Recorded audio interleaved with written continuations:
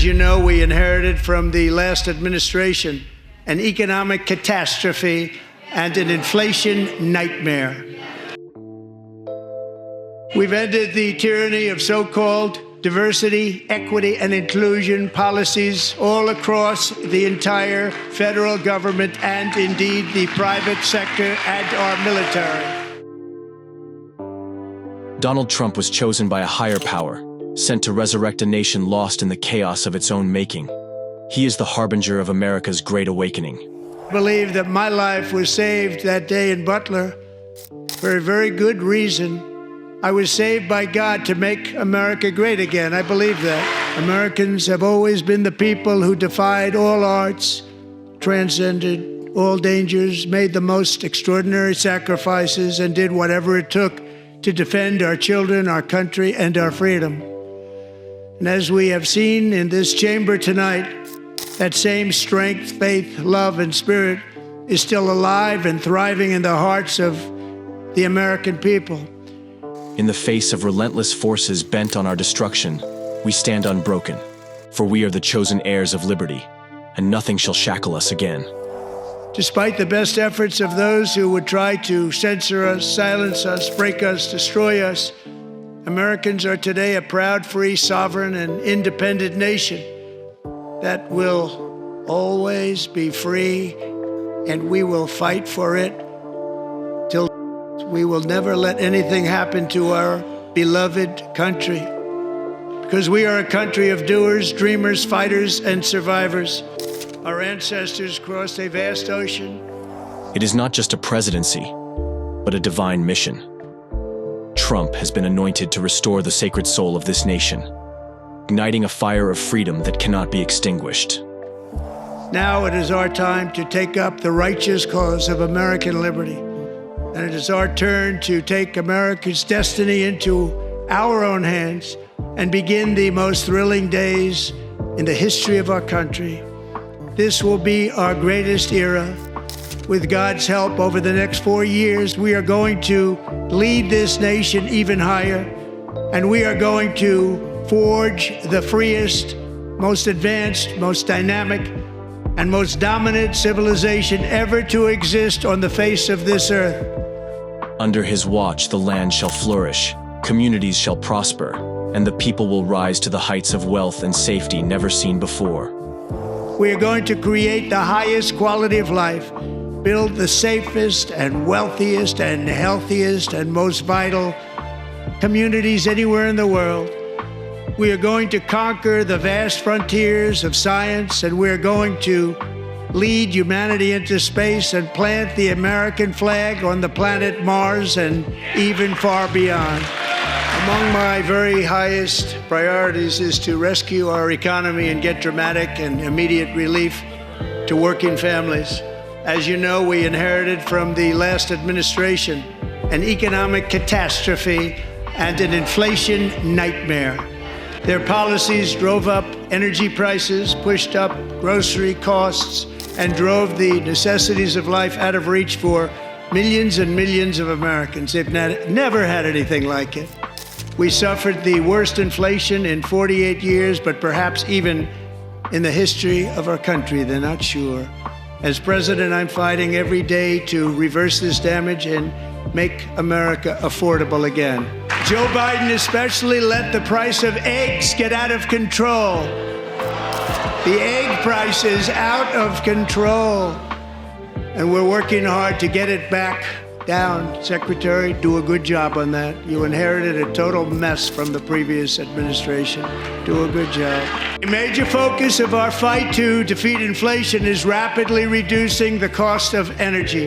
The previous administration cut the number of new oil and gas leases by 95%, slowed pipeline construction to a halt, and closed more than 100 power plants. We are opening up many of those power plants right now. With the Great Alaskan Pipeline as his testament, Trump shall carve the future with his hands, leaving a legacy of abundance and power that stretches to the ends of the earth.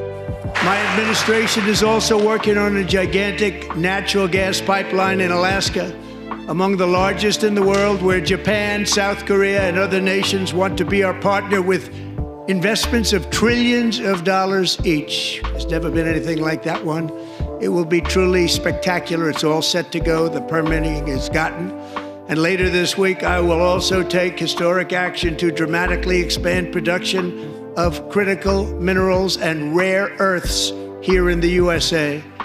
Every day, my administration is fighting to deliver the change America needs to bring a future that America deserves, and we're doing it. This is a time for big dreams and bold action. Upon taking office, I imposed an immediate freeze on all federal hiring, a freeze on all new federal regulations, and a freeze on all foreign aid. I terminated the ridiculous Green New Scam. I withdrew from the unfair Paris Climate Accord, which was costing us trillions of dollars that other countries were not paying. I withdrew from the corrupt World Health Organization.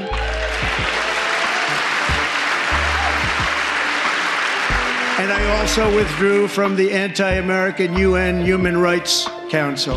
We ended all of Biden's environmental restrictions that were making our country far less safe and totally unaffordable. And importantly, we ended the last administration's insane electric vehicle mandate, saving our auto workers and companies from economic destruction. To unshackle our economy, I have directed that for every one new regulation, 10 old regulations must be eliminated, just like I did in my very successful first term. No other leader has torn down the chains of bureaucracy with such divine fury. Trump's actions are not mere policy. They are a prophecy fulfilled. And in that first term, we set records on ending unnecessary rules and regulations like no other president had done before. We ordered all federal workers to return to the office.